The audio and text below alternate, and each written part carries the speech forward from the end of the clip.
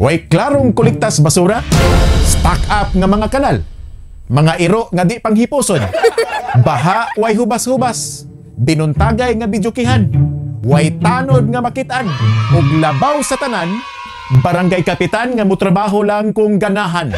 Kini ug uban pang mga suliran nga kada adlaw giatubang sa mga ordinaryong Singaporean. The Not So Late Show with Jason Monteclar.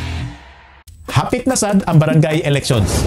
Manggawas na sanig mga talagsaon nga pakatok. Mukalit na sanig ka superhero ang atong mga silingan nga gustong magpapili. Parehas ani. Kini ug kini. Ang nakalahi lang aning elections barangay kay bisag tag 20 ra ang palit pero bibo kay mas personal man ang dautay. Nga kuno kining gilansar pagkakapitan, nagpakabit og drug lord, coordinator smasyaw, kaliwat og klipto, di ka maong manukli, manyakis, ug uban pang mga apan sa pagkatao nga paborito kaayong hisgutan og sumsuman karong mga panahona diha sa atong mga kabarangayan. Hangtod nga ang uban, di kaagwanta nga mo resulta na hinuon sa pinatyanay. Sumagod, katong dito sa Asturias kay numdum pa mo. Kato si Kapitan Mario Tundag sa Barangay Manggiaw. Silang duha siyang asawa gipamusil patay dito sa Barangay Poblasyon. Unya gitudahan man to nga politikas barangay ang hinungdan. Pila isweldo sa usa ka barangay kapitan ron? I don't know. Around 30 to 35,000 pesos. Gamay ra kayo na para nga ikay hanukan sa hapit tanang problema sa mga maot nimong silingan. Kuwang ra ng sweldos kapitan oy kay ugbuot ra bagyong huna-hunaon. Ang barangay kapitan maoy representante sa tibuok gobyernos Pilipinas kay siya in town ang kada adlaw nga mga tubang. Dili senador, dili congressman, dili mayor, kundi ang kapitan maoy unang tao nga pangitaon kung dunay mga klaseng suliran nga kinahanglan nga ipasulbad sa gobyerno. Ay kugig na kung dunay ilisdanan dihang bumbilya sa inyong poste, manawag pa kang Bongbong Marcos. Mao bitaw na kung nagplano manggani ka nga mulansar karong eleksyon na, paninguhaa nga nakasabot ka ng daan kung unsa gyoy papel sa usa ka barangay kapitan. Ug gikinahanglan nga andam na ka nga dili dali mo overheat ang imong pitaka. Sagdahin na lang tong uban, gawas nga mga lawom ug bulsa, mga mugbo pagyog bukton.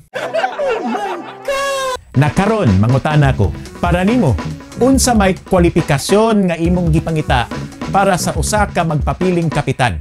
O di ba kaha konsehal gas barangay? Kay kung ako'y pangutan-on, wa ko nang inahanglag bright.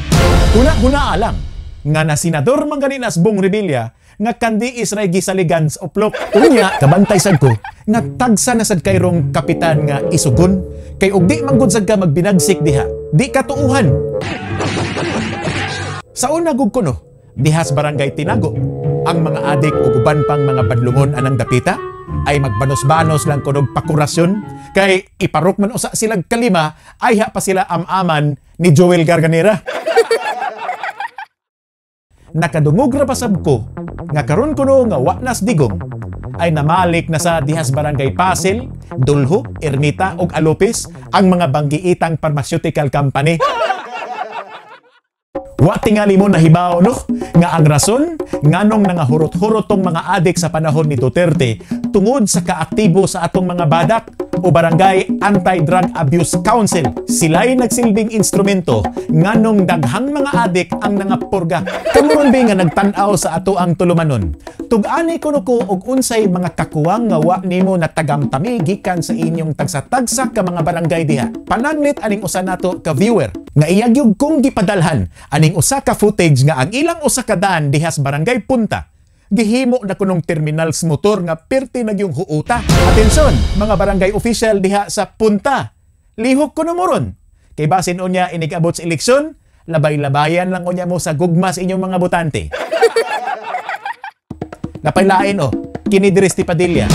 Muingong kag usa na ni katuig ning bangaga.